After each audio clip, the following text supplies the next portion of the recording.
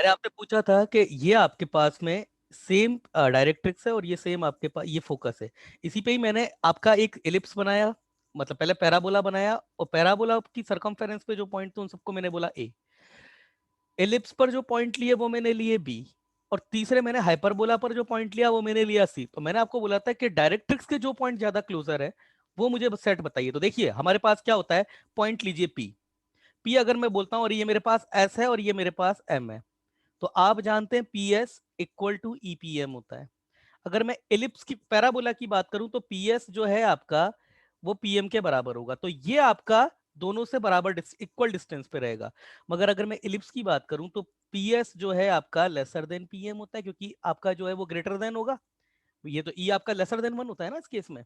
तो ये P S मतलब आपकी जो डिस्टेंस है वो पीएम ज्यादा होगी, मतलब ये ज्यादा होगी, और पी एस आपका कम होगा। मतलब वो जो पॉइंट होगा, अगर आपके पास मान के चलिए अगर ये और ये डिस्टेंस अगर हम इक्वल बोलते हैं, तो ये जो पॉइंट होगा पी आपका इलिप्स के केस में, वो आपके पास पीएम के ज्यादा क्लोजर, पीएस के ज्यादा क्लोजर हो जाएगा, पीएम से कंपैरेटिवली इससे बड़ा हो जाएगा।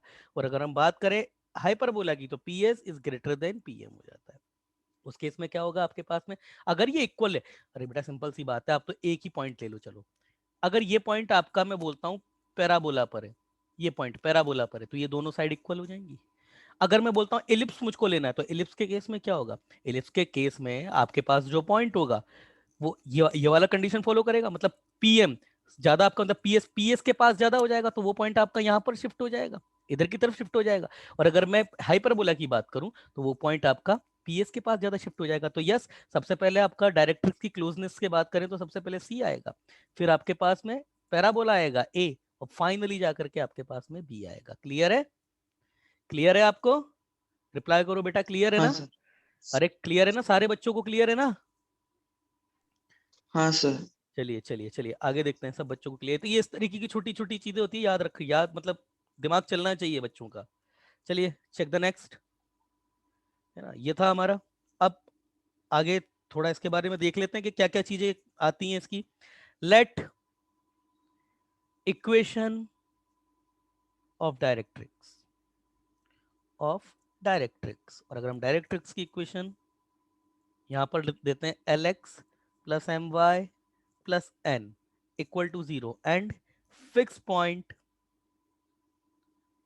जिसको हम फोकस बोलते हैं। अब ज्यादा बार बार इसके बारे में लिखेंगे नहीं इतना, एस जिसको हम एच कोमा के बोलते हैं, then equation of hyperbola, hyperbola इसको शॉर्ट में ऐसे भी बोलते हैं HPB, hyperbola with eccentricity, eccentricity क्या होता है, वही उसी रेशो को, E given by L X plus M Y L H, perpendicular लिया है ना, L H plus M K plus N upon under root L square plus M square equal to, ये अंडर रूट में आएगा आपके पास में, एच फोकस बेटा एस कॉमा लिए, क्या कर रहा हूँ मैं, ये फोकस आपने एच कॉमा लिए, गिवन बाय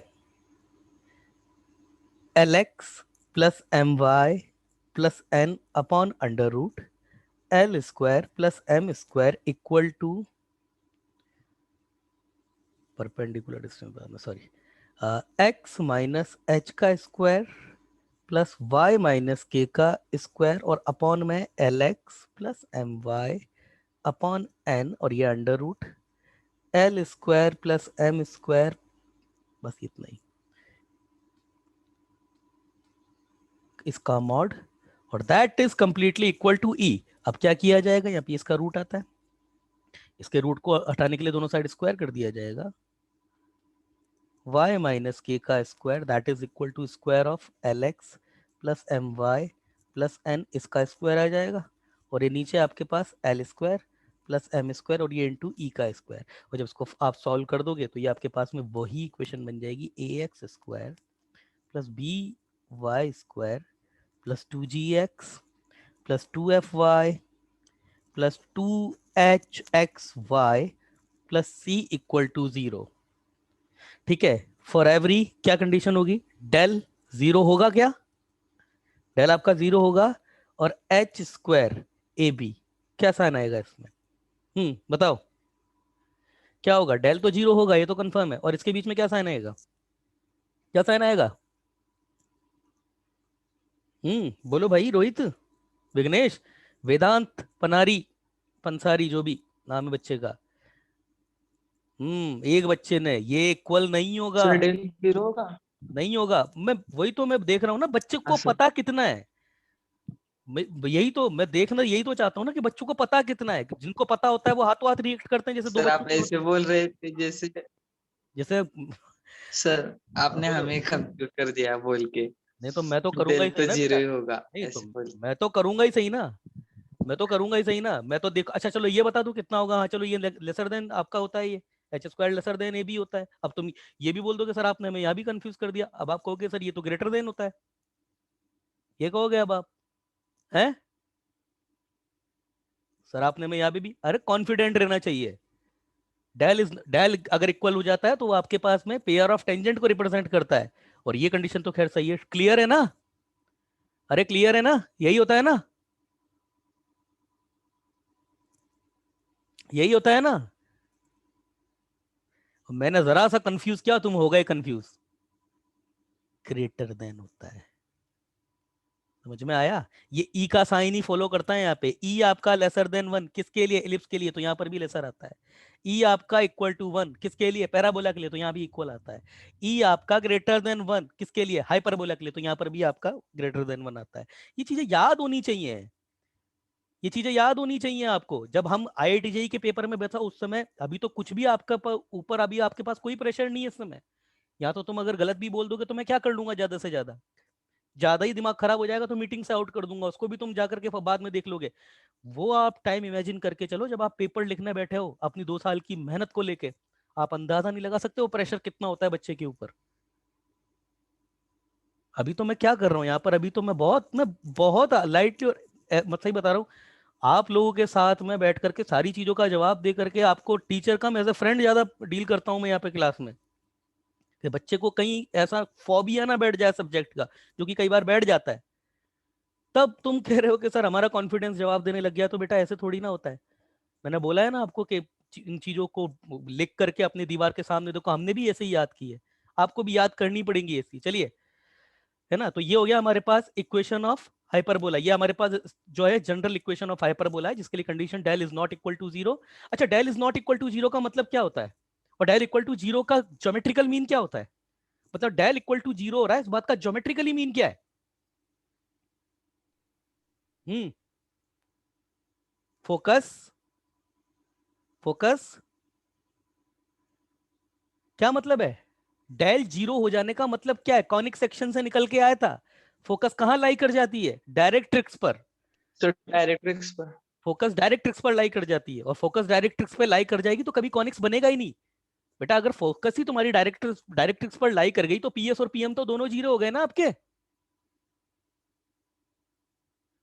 मतलब कहने का मेरा मतलब, मगर हाँ फोकस ही अगर सर, वो डायरेक्ट्रिक्स पर अगर पैर लाई ऑफ कर, स्ट्रेट लाइन का फोकस। हाँ तो वो आपका डायरेक्ट कॉनिक सेक्शन में पढ़ा था ना, ये जब ये पढ़ा था आपका, आई एम सॉरी, मतलब जियो पीएस और पीएम आपके जीरो नहीं होंगे, मगर कुल मिलाकर के आपका कॉनिक नहीं बनेगा, जब इसको बीच में से काटा गया था, ये बीच में से काटा गया था, उस केस में आपका, मैंने जाकर के पुराने वीडियोस देखी है, सारी चीजें क्लियर करी हुई हैं उसकी, ये छोटी छोटी चीजें होती हैं जिनसे आकर के जाकर के बच्चों को फिर मेन टाइम में, क्योंकि ऐसे ही क्वेश्चन निकल के आते, जैसे अभी थोड़ी देर पहले क्वेश्चन देख पूछा था ना मैंने, क्या था वो, केवल डेफिनेशन बेस्ड क्वेश्चन था, चलिए अब स्टैंडर्ड इलिप्स पढ़ते हैं हम लोग, स्टैंडर्ड इलिप्स, और स्टैंडर्ड इलिप्स हमारा किस तरीके से देखा जाएगा इसको, उस केस में हमारे पास उसकी जो एक्सिस होंगी, एक्सिस ऑफ सिमेट्री होगी, हम कोऑर्डिनेट एक्सिस में से कुछ भी लेकर चलेंगे, और एक्सिस ऑफ सिमेट्री क्या होती है, एक्सिस ऑफ सिमेट्री जो आपके कॉनिक्स को दो सिमेट्रिक पार्ट में डिवाइड करती है, एंड जिस पर फोकस भी होती है, ये सबसे बड़ी चीज है, फोकस भी होती है उसकी उसी पर ही, तो हमारे पास let S be the focus of, S be the focus and Zn. Yes, Zn be the directrix. Directrix of hyperbola.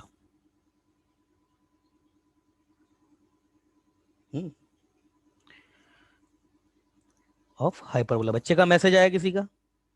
Hyperbola, directrix of, हाँ बेटा हाइपरबोला, हाइपरबोला, हाइपरबोला।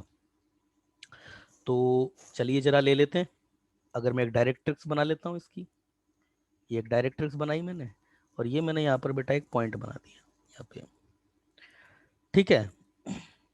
बच्चे का मैसेज आया सर स्टैंडर्ड, अच्छा अच्छा अच्छा बेटा, sorry sorry sorry sorry sorry sorry, okay okay okay okay, hyperbola, hyperbola, hyperbola, ठीक है ना। ये आपका एस हो गया, और ये जो लाइन है आपकी जेड एन हो जाएगी, जहां पर ये जो आपका जेड होगा, ये आपका इसकी जो एक्सिस ऑफ सिमेट्री होगा उसको इंटरसेक्ट करेगा। जेड यहां ले लेते हैं, ठीक है ना? नहीं ऐसे नहीं, इसका शेप उल्टा आता है एक्चुअली, ठीक है। Where Z is foot of directrix, इसको पूरा ही लिखो, foot of directrix, foot of directrix, हर केस में वही होता है, डायरेक्ट्रिक्स, है ना। Then if P lies on hyperbola, then P lies on hyperbola, then PS equal to EPM, ये होगा हमारे पास, यही कंडीशन चलती है, PS is equal to EPM, यही कंडीशन चलती है। अब हम क्या करते हैं ना, यहाँ पे इसका जो सेंटर आएगा हमारे पास, इस कॉनिक का भी सेंटर आएगा, लेट सेंटर इज,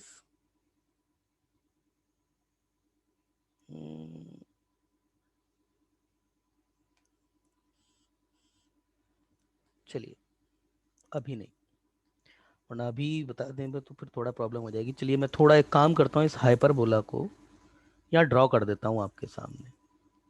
तो इसकी जो शेप बेटा आती है वो ये कुछ आती है, ठीक है ना, ये इसकी शेप आती है ऐसे, ये शेप आती है, ये इसका सेंटर होता है सी, ये जो पॉइंट होता है आपका, इस पॉइंट को हम ए बोलेंगे, वही जहां पर आपका कॉनिक जो है वो एक्सिस ऑफ सिमेट्री को कट करता है, इस पॉइंट को ए डैश बोल दिया जाता है। सिमिलरली इसकी जो फोकस होती है एस इधर, और इसकी फोकस जो है उसको एस डैश बोल दिया जाता है।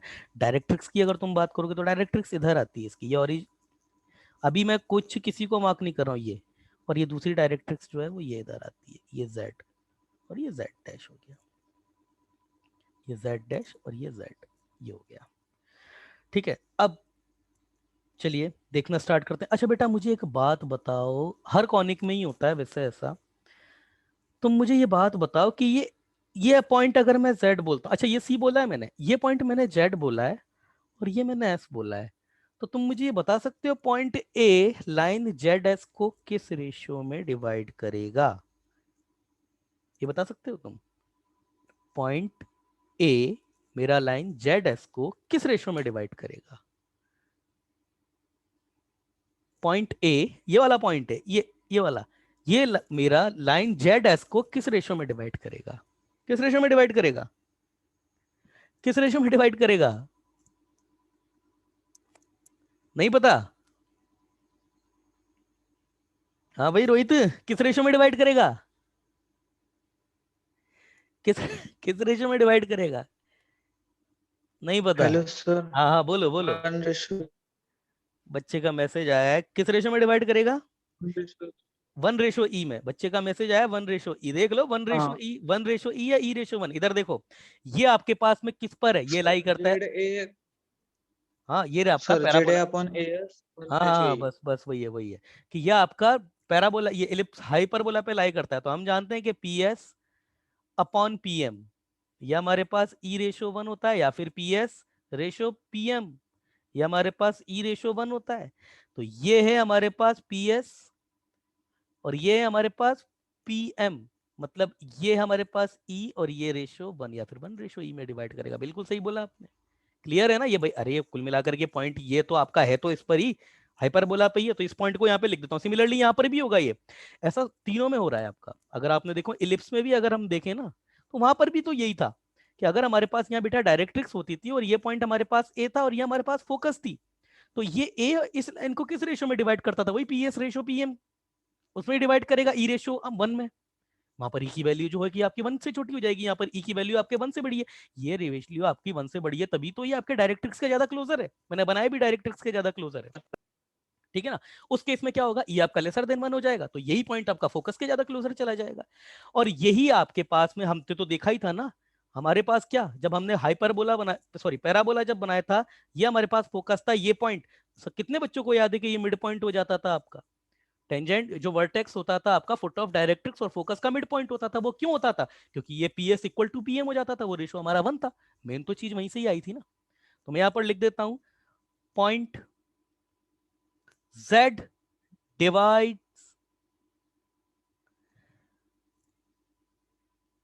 Point A divides line ZS in 1:E, ठीक है ना? ये भी डिवाइड करता है सिमिलरली।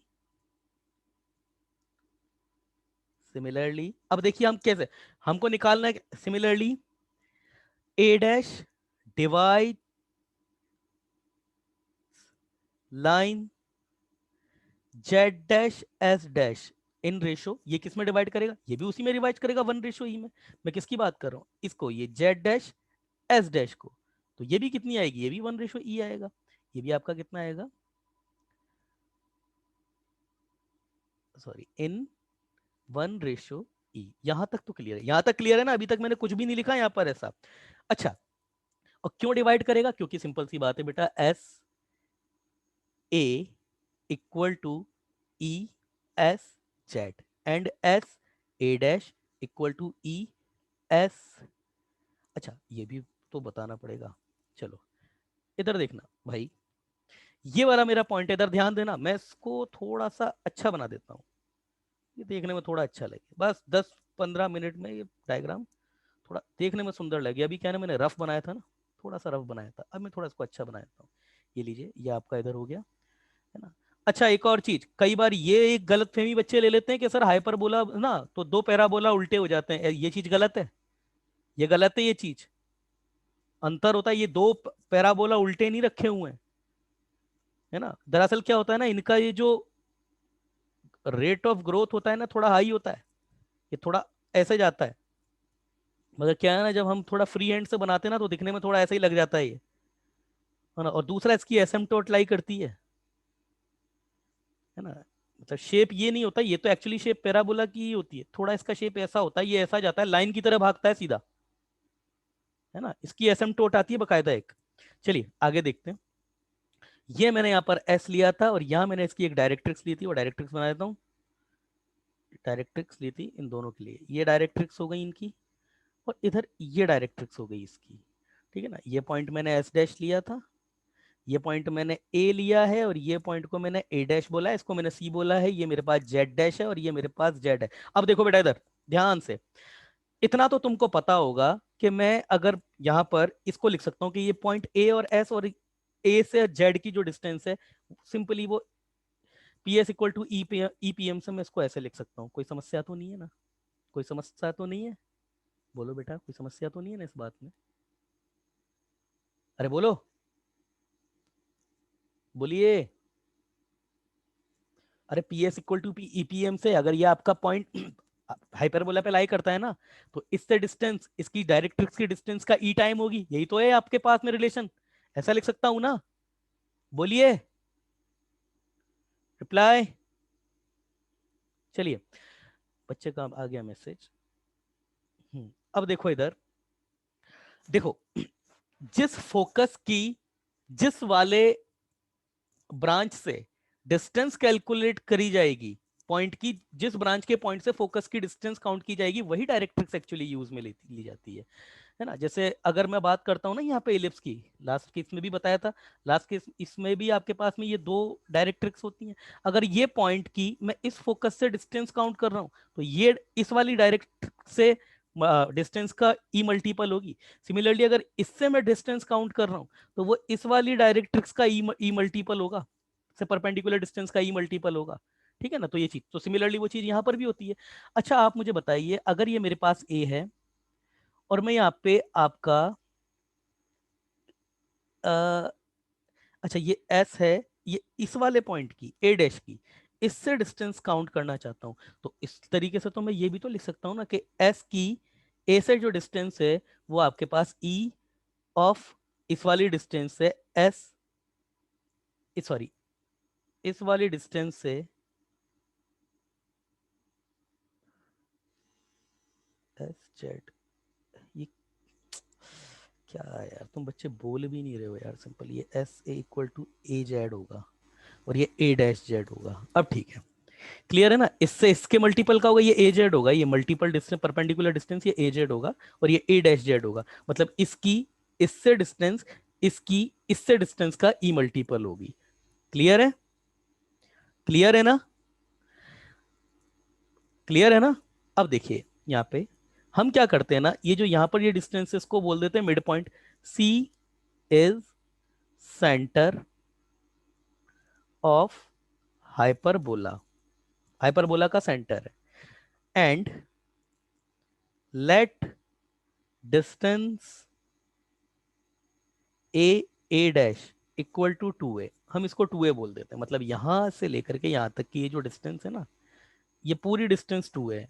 अगर ये पूरी डिस्टेंस 2a है तो आप तो देख रहे हो कि ये सी ए, ये भी आपके पास ए हो जाएगी और सी ए डैश ये भी आपके पास ए हो जाएगी। अब मैं इनको एज पॉसिबल सी एस के या सी के रेस्पेक्ट में जितना मैं ब्रेक कर सकता हूं वो ब्रेक करके चलता हूं। तो पहली डिस्टेंस है मेरे पास एस ए, मेरे पास डिस्टेंस मुझे कितनी पता है, कितनी है मेरे पास डिस्टेंस एस ए।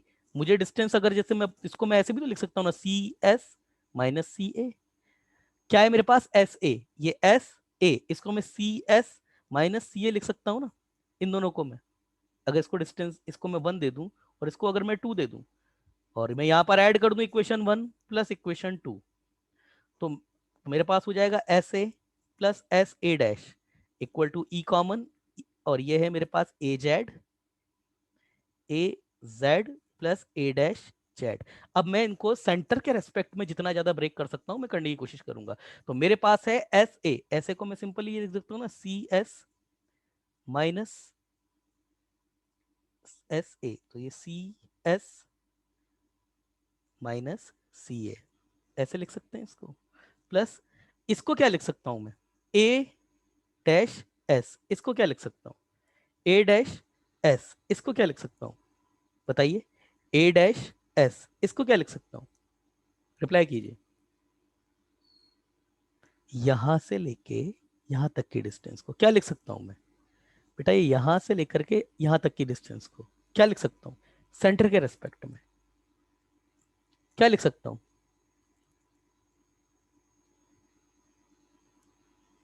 यहां से लेकर के यहां तक की डिस्टेंस को। अच्छा यहां से लेकर के यहां तक की डिस्टेंस को क्या लिखा, सी एस, और उसमें से सी ए को सब्ट्रैक्ट कर दिया। तो यहां से लेकर के यहां तक की डिस्टेंस को, अरे बेटा सी एस और उसमें सी ए डैश ऐड कर दो, C S plus C A dash, इसमें भी कोई समस्या है क्या, सी एस और उसमें सी ए डैश ऐड कर दिया तो यहां से लेकर के यहां तक की डिस्टेंस आ गई।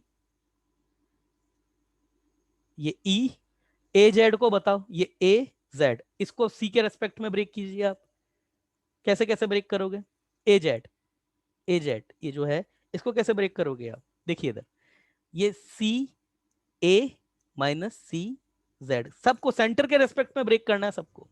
ए जेड है ना, ए जेड, तो इसको मैं ऐसे लिख सकता हूं ना, C A minus C Z plus अगला मेरे पास क्या है यहाँ पे, A dash Z, A dash Z, इसको कैसे ब्रेक करूं, A dash Z C Z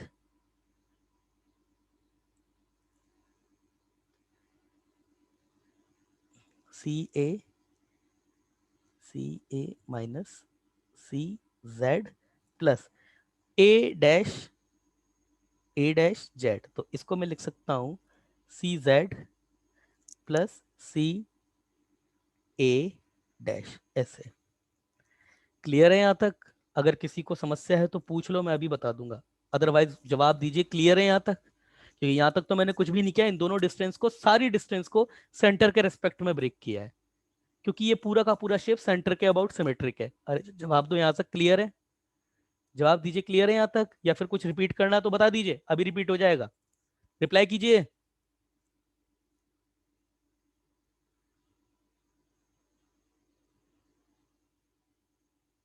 reply कीजिए। दोबारा बोलिए, आपकी आवाज जो है वो ब्रेक हो गई, मुझे सुनाई नहीं दिया कुछ, प्लीज दोबारा बोलिए, दोबारा बोलिए प्लीज। आपकी आवाज ब्रेक हो गई थी, मुझे कुछ सुनाई नहीं दिया, इसलिए मैं बोल रहा हूँ, प्लीज दोबारा बोलिए। क्लियर है? दोबारा एक बार रिपीट कर देता हूँ, दोबारा देख ले, यहां तक तो सब बच्चों को क्लियर था। एस ए ये है आपके पास, एस यहाँ पर है, ये डिस्टेंस है। इस पूरी डिस्टेंस को सेंटर के रेस्पेक्ट में डिवाइड करूंगा तो मैं क्या लिख सकता हूँ, सी एस माइनस सी ए, वही लिखा मैंने। अगला है मेरे पास एस ए डैश, ये वाली डिस्टेंस, ये वाली एस ए डैश, तो इसको मेरे को सेंटर के रेस्पेक्ट में ब्रेक करना है, तो C S plus C A dash, ये आ गया यहाँ पे। अगला था मेरे पास ये पे ए जेड, ए जेड मेरे पास ये डिस्टेंस है यहाँ से लेके यहाँ तक की, तो इसको ब्रेक करना है, तो सी एस माइनस सी जेड, ये लिख दिया मैंने। अगली डिस्टेंस थी मेरे पास ए dash Z, A dash Z, इसको मुझे ब्रेक करना है, तो मैं कैसे ब्रेक करूंगा इसको, इसको मेरे सी Z plus C A dash, तो वो लिख दिया मैंने यहाँ पे। अब तो बताओ भाई, क्लियर है ना? बोलिए प्लीज, क्लियर है? बोलिए, क्लियर है? चलिए, एक ही बच्चे को क्लियर है। अब सेंटर क्योंकि मिड पॉइंट था, तो हम यहाँ पर जानते हैं कि C A equal to C A dash है, ये तो हमने अभी अभी बोला, सेंटर मिड पॉइंट है, तो सी ए और ये सी ए डैश ये इक्वल है, एंड सी जेड, अच्छा सी ए डैश और सी जेड ये इक्वल है।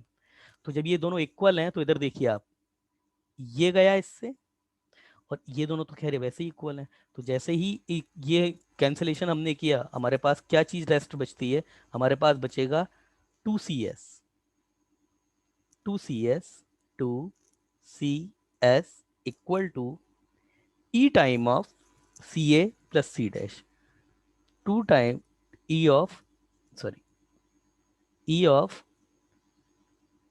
सी A plus C A dash.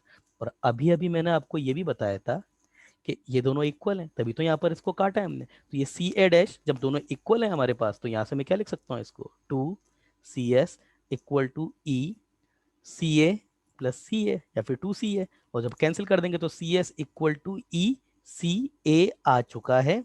और इस सी एस को, सी ए मेरे पास कितना था, अरे जब मैंने डबल ए डैश को मैंने टू ए यहाँ पे डिक्लेयर किया है कि ए डैश मेरे पास टू ए है, ये डिक्लेयर किया है, तो यहाँ पे मेरे पास सी ए या फिर सी ए डैश मेरे पास ए हो जाएगा। तो सी एस मेरे पास कितना आ गई, जो डिस्टेंस है मेरे पास सी एस, सेंटर से फोकस की डिस्टेंस, वो मेरे पास कितनी आ गई, ए इंटू ई, ये आया मेरे पास आंसर। फॉर एवरी ई जो है आपका ग्रेटर देन 1 होगा, तो मेरे पास यहां पर सेंटर की डिस्टेंस ऑफ सेंटर,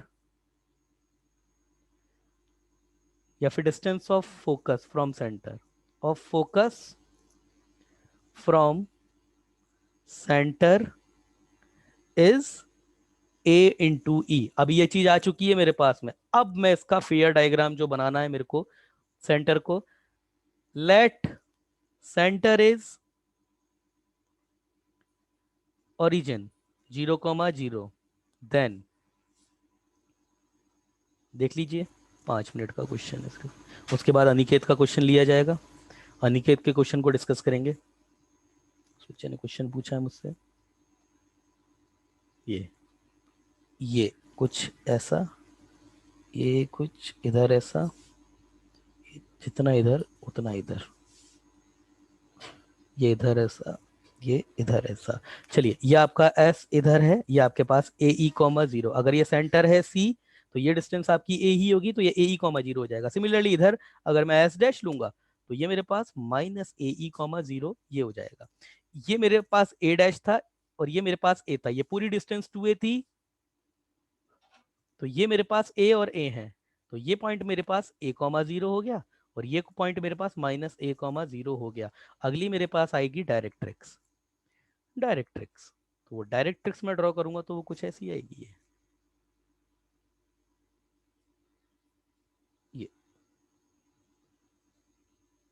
ये डायरेक्ट्रिक्स मेरे पास आ जाएगी। तो ये डायरेक्ट्रिक्स है जिसका ये फुट ऑफ परपेंडिकुलर आपका z है। और अभी अभी आपने बताया कि सर ये 1:e में होगा। तो अगर ये आपके पास में इसके कोऑर्डिनेट तुमको पता है, इसके कोऑर्डिनेट भी तुमको पता है, और ये 1:e में है, तो इसको करके देख लोगे, सबको याद भी होगा। इस पॉइंट के कोऑर्डिनेट और इस पॉइंट के कोऑर्डिनेट कितने आ जाएंगे? हौच पौच हो गया थोड़ा। इसके कोऑर्डिनेट, इसके एक a डैश के कोऑर्डिनेट यहाँ ऊपर लिख रहा हूँ या अंदर लिख देता हूँ, a,0 -a,0 -a,0। सिमिलरली इसके कोऑर्डिनेट ये a,0। अब ये z के कोऑर्डिनेट ये कितने आते हैं, कितने आते हैं? ये z का कोऑर्डिनेट कितना आता है? a/e,0। और इसके कोऑर्डिनेट कितने हो जाएंगे? -a/e,0। ये z है, इसकी इक्वेशन a/e हो जाती है। ये z डैश है, इसकी इक्वेशन -a/e हो जाती है। ये आपकी जो है ये y एक्सिस है, और ये आपकी जो है वो x एक्सिस है, जिसको एक्सिस ऑफ सिमेट्री भी कहते हैं। एक्सिस ऑफ सिमेट्री भी कहते हैं। तो लिख देता हूं यहाँ पे, इसको एक्सिस ऑफ सिमेट्री भी कहते हैं। The line where both foci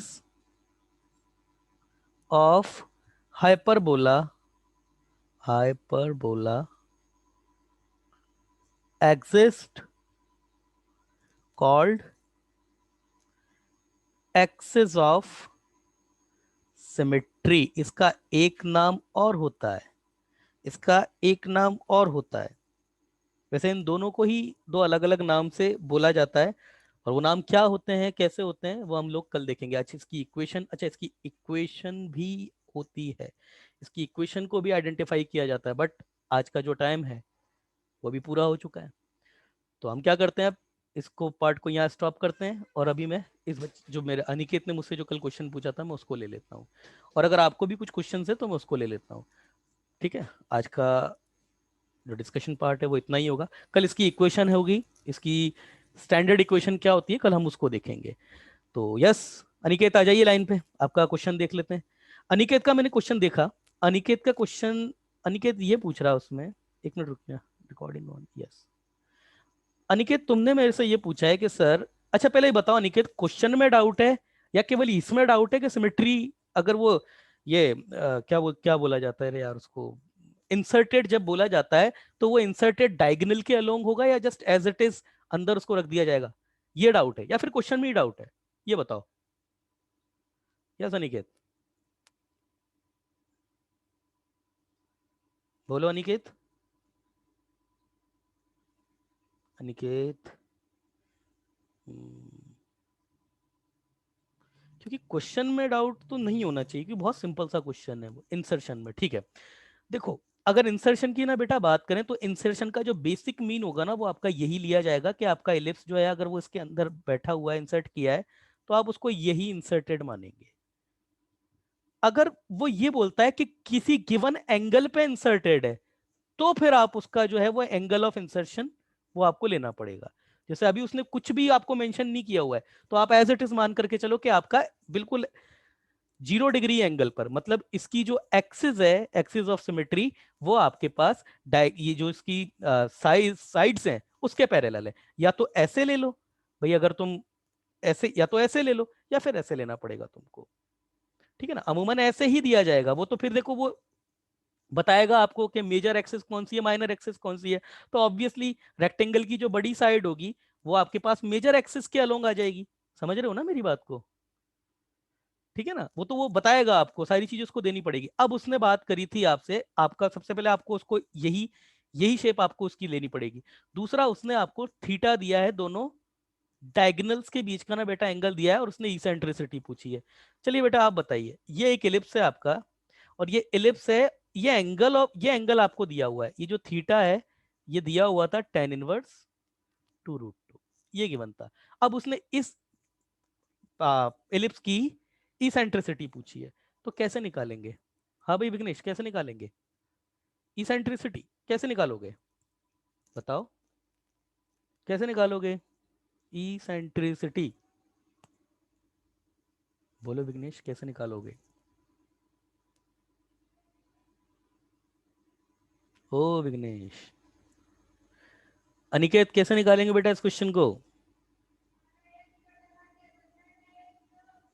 ओ अनिकेत, कैसे निकालोगे बेटा इस क्वेश्चन को? कैसे करोगे? देखिए मैं बताता हूँ। क्वेश्चन बता रहे हैं कि अनिकेत कैसे करोगे? पूरा ट्रिग्नोमेट्री का ही क्वेश्चन है जस्ट। देखिए, इसेंट्रिसिटी, इसेंट्रिसिटी आपकी क्या होती है एलिप्स के केस में? 1 - b² अपॉन a², यही होती है। अब तुमको ये तो पता ही होगा कि इसकी जो माइनर एक्सेस होगी बेटा वो ये होगी, ये होगी। तो इसको तुम बोल दो 2b, इसको तुम बोल दो 2b। तो अगर ये 2b है तो b आपका कितना हो जाएगा? b तुम्हारा ये यहां से लेकर के यहां तक का ये पूरा b हो जाएगा अनिकेत बेटा, ये b हो जाएगा। दूसरा वो बात करता है अगर ये मेजर एक्सेस है तो ये यहां से लेकर के यहां तक का ये पूरा 2 है।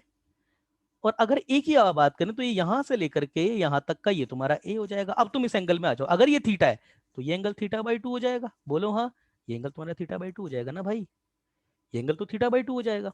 दूसरा, जब डबल 2θ, जब ये एंगल का डबल लिया है वो पॉजिटिव है, इसका मतलब ये बात पक्की है कि ये जो एंगल होगा वो 0 से लेकर 90 के बीच में होगा। और वैसे भी आपका जो एंगल इसके बीच में आएगा, इसका डायगोनल्स के बीच में, वो 0 से लेकर 90 के बीच में ही आएगा, है ना। अदरवाइज ये भी देख लो कि पॉजिटिव दिया, और अगर ये पॉजिटिव है तो इसका मतलब इसका हाफ जो एंगल है वो भी ऑब्वियसली भाई 0 से लेके 90 के बीच में, अगर कोई कंप्लीट एंगल है तो उसका हाफ मीटर 0 से लेके 90 के बीच में ही आएगा। बल्कि सच तो ये है कि 0 से 45 के बीच में आ जाएगा। एक चीज, अब तुमको क्या करना है, ये एंगल तुम θ/2 लो, और अगर ये एंगल तुम θ/2 बेटा लेते हो तो तुम मुझे बता सकते हो tan θ/2 कितना होता है? tan θ/2 कितना होगा? b/a, perpendicular upon base. बोलो बेटा यही होगा ना? अरे यार जवाब तो दिया करो, क्या करते हो तुम? हाँ सर। हाँ सर। देखो, अब तुमको tan थीटा बेटा कितना दिया हुआ है? tan थीटा तुमको दिया हुआ है 2√2। तो आप भी जानते हो tan के हाफ एंगल का फॉर्मूला कितना होता है? कितना होता है? 2 tan² θ/2 अपॉन 1 + tan θ/2, यही होता है ना। ये इक्वल टू 2√2 तुमको गिवन है, सॉरी 2√2 गिवन है। ठीक है भाई अनिकेत? ओ अनिकेत बेटा, तुम्हारा ही क्वेश्चन है और तुम ही जवाब नहीं दे रहे हो। सर बोलो। हाँ सर, फॉर्मूला गलत है ये ऊपर। नहीं नहीं, शांत रहो शांत रहो। ये अनिकेत का तो मैसेज भी आ गया, यस सर सही है बिल्कुल, उसका मैसेज भी आ गया। इसका मतलब तुम्हें फॉर्मूला नहीं पता है। बोलो विघ्नेश, क्या गलती है फॉर्मूले में? 2 tan θ/2 हम्म अपॉन 1 + tan² tan²θ/2, θ/2। ये नहीं, हाँ नहीं, हाँ, अपॉन 1 + tan² θ/2। चलो ठीक है, अब तो ठीक है ना विघ्नेश? अब तो सही है भाई।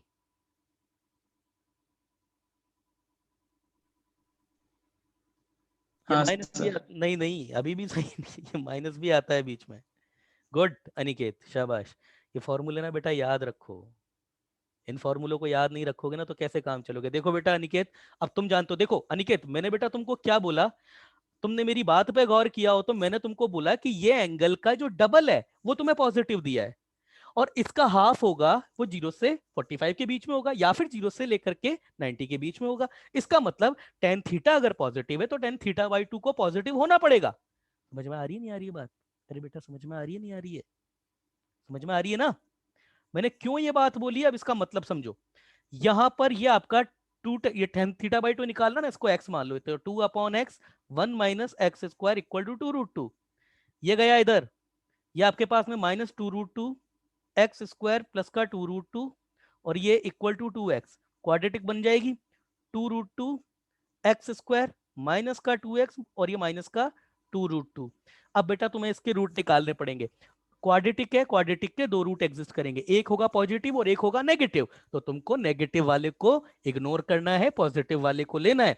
तो वो जो पॉजिटिव का रूट आएगा, जैसे मान करके चलो तुम्हारे पास आ गया सपोज √3 1 + 1 / 2, तो यही तुम्हारा a/b है। दोनों साइड स्क्वायर कर देना, और -1 सब्ट्रैक्ट कर देना, वही तुम्हारी इसेंट्रिसिटी हो जाएगी। ठीक है बेटा, कर लोगे या पूरा सॉल्व करूं? ओ भाई कर लोगे? अंकित, अनिकेत सॉरी। चलो ठीक है, तो तुमने इस क्वेश्चन को डाला, इसका सॉल्यूशन भी तुम ही डाल देना ग्रुप में। यस, दूसरा क्वेश्चन, कोई और क्वेश्चन रिप्लाई बताइए। मैंने इतने सारे क्वेश्चंस आपको करने के लिए दिए हैं, कोई और क्वेश्चन है तो बताइए प्लीज, रिप्लाई। अरे कोई और क्वेश्चन है तो बताओ। ठीक है, अब मेरी एक बात का जवाब दीजिए।